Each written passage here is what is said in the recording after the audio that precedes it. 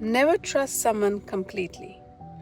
Always leave that 50% doubt, because when they start changing right in front of your eyes, with that 50% you can see what they truly are. And suppose if you trust them 100%, you will start going to cover up all their mistakes right in front of your own eyes. So trust 50% only.